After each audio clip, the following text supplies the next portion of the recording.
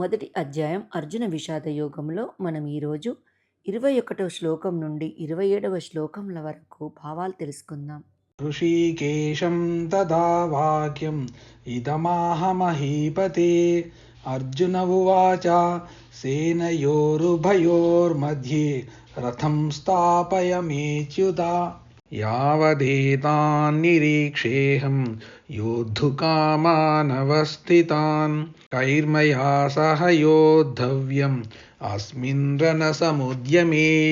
అర్జునుడు శ్రీకృష్ణునితో ఇలా అంటాడు: ఓ అచ్యుత, అంటే శ్రీకృష్ణ, దయచేసి నా రథాన్ని రెండు సైన్యాల మధ్యకి తీసుకువెళ్ళము.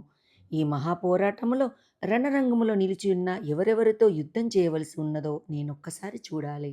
योत्स्यमानानवेक्षेऽहं य एतेऽत्र समागताः धार्तराष्ट्रस्य दुर्बुद्धेः युद्धे प्रियचिकीर्षवः. దుర్బుద్ధి గల ధృతరాష్ట్రుని పుత్రుణ్ణి సంతోషపెట్టడం కొరకు అతని పక్షాన యుద్ధానికి వచ్చి ఉన్న అందరినీ ఒక్కసారి నాకు చూడాలనిపిస్తుంది కృష్ణ. సంజయ ఉవాచ ఏవముక్తో హృషీకేశః గుడాకేశేన భారత సేనయోరుభయోర్मध्ये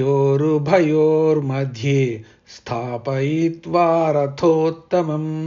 సంజయుడు ధృతరాష్ట్రుడితో ఇలా అంటున్నాడు: ఓ ధృతరాష్ట్ర, ఈ విధంగా నిద్రని జయించిన వాడైన అర్జునుడు కోరిన విధంగా శ్రీకృష్ణుడు ఈ వైభవోపేతమైన రథమును రెండు సైన్యముల మధ్యకు నడిపించి నిలిపినాడు అని చెప్తాడు.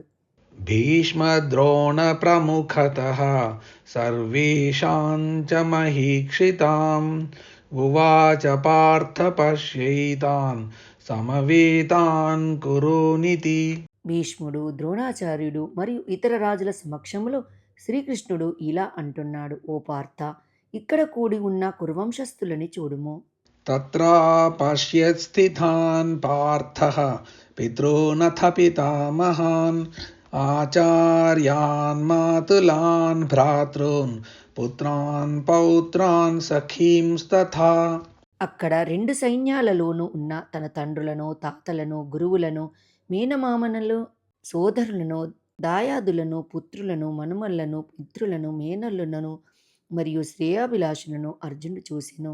శ్వశురాన్ సుహృదశ్చైవ సేనయోరుభయోరపి